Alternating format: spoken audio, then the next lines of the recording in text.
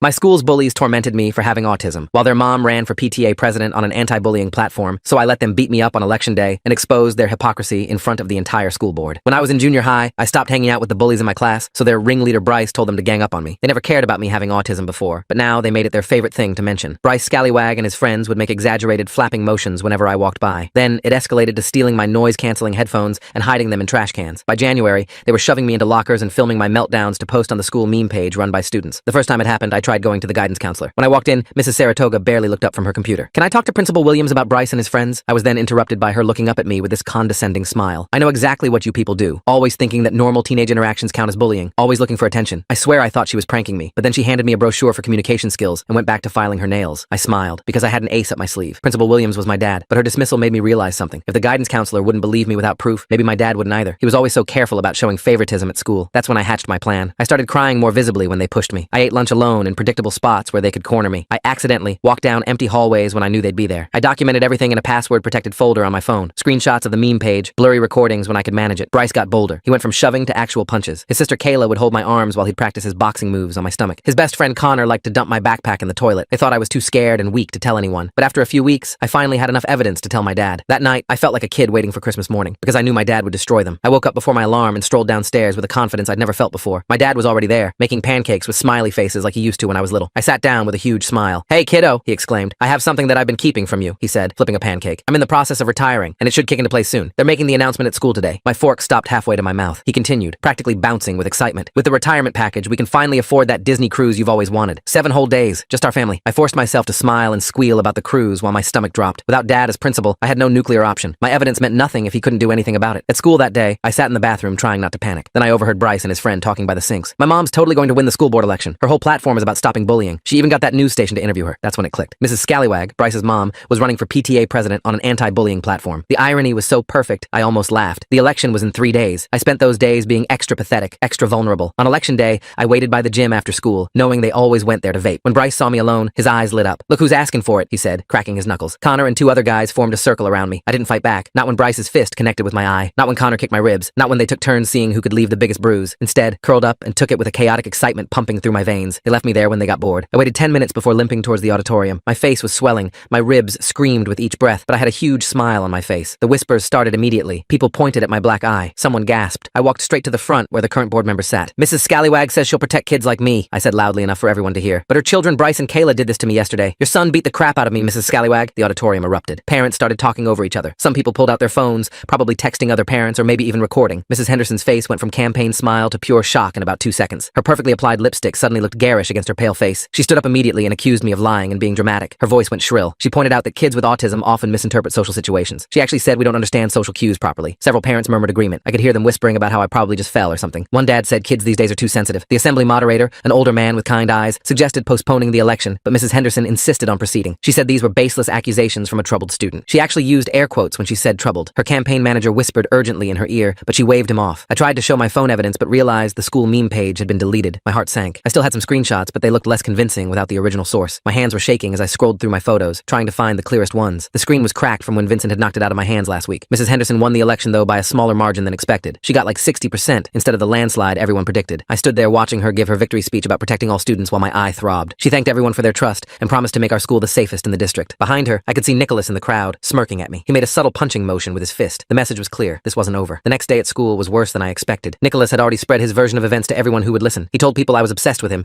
and had been following him around for weeks. He said I threw myself down the stairs behind the gym to frame him because he rejected me last year. The worst part was some kids actually believed it. I walked into first period and conversation stopped mid-sentence. People stared at my black eye like it was contagious. Alan, who usually let me copy his math notes, moved his desk away from mine with a scraping sound that seemed to echo through the room. I sat there trying to focus on algebra while whispers buzzed around me like angry wasps. Between classes, Sophia cornered me by my locker with 3 of her friends forming a semicircle around me. She got right in my face and told me I was pathetic. She said everyone knew I was just trying to get attention because nobody wanted to be my friend. Her breath smelled like mint gum and malice. One of her friends recorded the whole thing on her phone, probably hoping I'd have another meltdown they could post somewhere. I kept my head down and tried to get through the day. At lunch, I headed to my usual spot in the library, but found Nicholas and Vincent already there, sprawled across the chairs I normally used. They were talking loudly about how some people hurt themselves for attention. Vincent mentioned he'd seen a documentary about people who gave themselves bruises. They kept glancing at me and laughing. The librarian, Mrs. Chen, just shushed them half-heartedly and went back to her computer. I ended up eating in a bathroom stall again. My sandwich tasted like cardboard and defeat. While I sat there, I heard 2 girls come in talking about the assembly. One said her mom thought I seemed really hurt. The other said her dad told her to stay away from me because I was clearly unstable. That word, unstable, echoed in my head for the rest of the day. After school, I found a note in my locker from Catherine, my only real friend. It said she needed to talk to me. My heart lifted for about 2 seconds until I read the rest. She wrote that her parents didn't want her hanging out with me anymore. They thought I was becoming a bad influence. She said she was sorry, but she had to listen to them. The note was written in purple gel pen, the same one I'd given her for her birthday. I crumpled the note and threw it in the trash. Then I fished it out because I'm apparently a masochist who likes to reread painful things. I walked home alone, taking the long way to avoid Nicholas's usual route. My ribs still hurt with every step, a sharp reminder of yesterday's attack. At home, I found my parents in the kitchen having a tense conversation. They stopped talking when I walked in, which is never a good sign. My mom was supposed to be traveling for work, but she was sitting at the kitchen table with her laptop closed. My dad looked tired, like he'd aged 5 years overnight. He told me Mrs. Kendall had called. She was concerned about my mental health and suggested I might benefit from a different educational environment. She'd used phrases like emotional disturbance and inability to cope with normal peer interactions. My mom's jaw was clenched so tight, I thought she might crack a tooth. My dad explained that the superintendent had already called him too. He reminded my dad that he needed to stay neutral during his transition period, or he could lose his pension. 20 years of service, and they were holding his retirement money hostage. My dad's hands shook as he told me this. He'd worked so hard for our family's future, and now he was trapped. My mom had to leave for her work trip the next morning. She hugged me extra long and promised we'd figure this out when she got back. She told me to document everything and stay strong, but I could see the worry in her eyes. She was leaving her kid in a war zone, and we both knew it. The next few days blurred together in a haze of humiliation. Nicholas had refined his story. Now he was telling everyone I'd been stalking him since 7th grade. He showed people old yearbook photos where I happened to be in the background as proof. He claimed I'd been following him to the gym for weeks, watching him work out. Some girls started calling me creepy. Even teachers looked at me differently. Vincent backed up every word. He told people he'd seen me taking pictures of Nicholas during PE. He said I'd written Nicholas love letters that they had to throw away because they were so disturbing. None of it was true, but the truth didn't seem to matter anymore. The story had taken on a life of its own. At lunch, I sat alone at a table in the corner of the cafeteria. Nicholas walked by with his whole crew and loudly announced that stalkers shouldn't be allowed in school. He said it loud enough for the lunch monitors to hear. They did nothing. One of them actually nodded like he had a point. Mrs. Henderson implemented her first school board initiative that week. She created a peer mediation program for students with behavioral issues. Guess who got named as a peer counselor? Nicholas, of course. And guess who got assigned to mandatory sessions? Me, obviously. The irony was so thick you could cut it with a knife. I had to sit in a small room with Nicholas twice a week while he documented my progress. He'd ask me why I felt the need to lie about other students. He'd suggest I had trouble distinguishing reality from fantasy. He wrote everything down in this official-looking notebook. I wanted to grab it and rip it to shreds, but that would just prove his point about my anger issues. My grades started slipping. How was I supposed to focus on the Revolutionary War when I was living through my own personal battle? My English teacher, Mr. Rodriguez, asked if everything was okay at home. I almost laughed. Home was the only place that was okay. School had become my own personal nightmare. My younger brother Noel mentioned something interesting at dinner one night. He said Nicholas had been bragging on Xbox Live about teaching someone a lesson. Noel had been playing Fortnite with his friends when Nicholas joined their party chat. Nicholas didn't know Noel was my brother, different last names because Noel took our stepdad's name. Noel had recorded some of it on his phone. The audio was muffled and hard to understand, but you could hear Nicholas laughing about making someone cry. You could hear Vincent in the background saying something about lockers. It wasn't exactly a smoking firearm, but it was something. Noel transferred the file to my phone, proud to help his big sister. One day after peer mediation, Harper approached me in the hallway. Harper had been part of Nicholas's group, but always seemed uncomfortable with their crueler pranks. They looked around nervously before telling me they were sorry. They said they knew what really happened behind the gym. They'd seen the whole thing from the window of the weight room. My heart raced. Finally, someone who could back up my story. But then Harper shook their head. They said they couldn't say anything publicly. Their parents were friends with the Hendersons. Their dad worked for Nicholas's uncle. If they spoke up, their whole family would suffer. They apologized again and walked away, leaving me more frustrated than ever. The peer mediation sessions got worse. Nicholas started bringing in evidence of my supposed obsession. He had a photo of me at the mall that his sister took, claiming I was following them. Really, I'd been there with my mom buying school supplies. He had a screenshot of me viewing his Instagram profile, like that was some kind of crime. Everyone looked at everyone's profiles. He documented me as uncooperative when I refused to admit to stalking him. He wrote that I showed signs of delusional thinking when I maintained my version of events. The notebook was filling up with his lies, and there was nothing I could do about it. Mrs. Henderson would review these notes at the end of the month. My bruises healed, fading from purple to green to yellow before disappearing completely. Without visible evidence, people started believing Nicholas's version more and more. Even some teachers seemed to avoid me now. Ms. Martinez, who used to chat with me about books, now just nodded politely and kept walking. Mr. Thompson moved my seat in chemistry, claiming it was for a new seating chart, but I ended up isolated in the back corner. The school felt smaller every day. Places I used to feel safe became danger zones. The library, the art room, even the guidance office, though that had never really been safe. I started mapping out routes that would minimize contact with Nicholas's group. I became an expert at disappearing, at being invisible. Then Mrs. Henderson scheduled a school board meeting about implementing stricter policies for students who make false accusations. The flyer she sent home might as well have had my picture on it. She wanted to create consequences for students who wrongly accused others of bullying. She called it protecting innocent students from malicious lies. My mom finally returned from her work trip. She took one look at me and knew things had gotten worse. I'd lost weight. I wasn't sleeping well. I'd started pulling out my eyebrow hairs, an old nervous habit I thought I'd outgrown. She sat on my bed and held me while I told her everything. Every humiliation, every lie, every moment of feeling completely powerless. She believed me. Without question, without doubt, she believed me. She said we were going to fix this. She had that look she got when she was solving a problem at work, focused and determined. She asked to see all my evidence. We spent hours going through my phone, organizing everything I'd saved. That's when she noticed something I'd missed. Sophia had posted Instagram stories from the day of the beating. She was one of those kids who documented every moment of her life. In the background of one video, you could see me walking toward the gym alone. The timestamp proved I'd been there first, contradicting Nicholas's stalking story. My mom started digging deeper. She found a Snapchat from Vincent that he thought had disappeared. His friend Remy had screenshotted it before it vanished. It showed Vincent's knuckles with the caption "got him good" and a laughing emoji. The timestamp matched the day I'd been struck. Remy's mom worked with mine and had mentioned her son was worried about something at school. We also discovered that 3 other students had been targeted by Nicholas's group over the past year. My mom reached out to their parents carefully, not wanting to spook them. 2 were too scared to get involved, but one mom Gloria said her daughter Samantha had been keeping a diary about the harassment. She'd been too scared to come forward after seeing what happened to me. My mom compiled everything into a presentation. She was methodical about it, creating a timeline with evidence for each point. She included the social media posts, the audio recording from Noel, statements from Samantha's diary with permission. She even found old disciplinary records showing Nicholas had been in trouble for bullying in elementary school before his mom joined the school board. The night before the next school board meeting, I couldn't sleep. I kept running through all the ways it could go wrong. What if they didn't believe us? What if Mrs. Henderson convinced them I was just a troubled kid making things up? What if this made everything worse? My dad sat with me at the kitchen table at 2 a.m., making hot chocolate with extra marshmallows. He couldn't say much because of his position, but he told me he was proud of me. He said standing up to bullies was the hardest thing a person could do. He said sometimes the system fails us, but that doesn't mean we stop fighting. His words helped, but the fear remained. The next morning, I put on my nicest clothes. My mom said looking presentable mattered, even though it shouldn't. We arrived at the school board meeting early. The same auditorium where I'd shown up, struck and bloody, now felt like a courtroom where I was both victim and defendant. Mrs. Henderson was already there, surrounded by her supporters. She wore a navy suit and her campaign smile. When she saw us, her expression flickered for just a moment before returning to that practiced pleasantness. Nicholas sat in the front row, looking confident. He actually winked at me. The meeting started with regular business, budget reports, curriculum updates, things that seemed insignificant compared to what we were there for. Finally, it was time for public comments. My mom stood up first. She introduced herself professionally and asked to present evidence regarding ongoing bullying at the school. Mrs. Henderson immediately objected. She said this was a matter that should be handled through proper channels, not at a public meeting. She reminded everyone that false accusations could ruin innocent children's lives. Several parents nodded in agreement. I could feel the room's opinion already tilting against us. But my mom persisted. She pulled up her presentation on the projector they used for budget reports. The first slide showed the Instagram story with me walking alone toward the gym. She explained how this contradicted claims that I had been stalking anyone. The timestamp was clear. The location was unmistakable. She moved through each piece of evidence methodically. The Snapchat of Vincent's knuckles caused a stir. Parents started whispering. Mrs. Henderson's face went from confident to concerned. When my mom played the audio recording from Noel, you could hear a pin drop in the room. Nicholas's voice was distorted but recognizable, laughing about making someone cry. Then something unexpected happened. Harper stood up. Their parents tried to pull them back down, but they shook them off. They walked to the microphone and said they'd been a coward. They confirmed they'd seen Nicholas and his friends attack me behind the gym. They described what they'd witnessed in detail. Their voice shook, but they kept going. That opened the floodgates. Two other students came forward. A girl named Diana said she'd seen Vincent dumping my backpack in the toilet multiple times. A boy named Arden admitted he'd been pressured to share the meme page posts, but had refused. Even a lunch monitor finally spoke up, saying she'd seen concerning behavior but hadn't known how to report it. Mrs. Henderson tried damage control. She said teenagers sometimes got carried away. She suggested peer mediation could resolve these issues. She actually had the nerve to point out that her son had been volunteering as a peer counselor. Someone in the back actually laughed at that. The board voted to launch a formal investigation. It wasn't the immediate justice I'd hoped for, but it was something. Nicholas was suspended for 2 weeks pending the investigation. Vincent got 1 week. Sophia faced no consequences because technically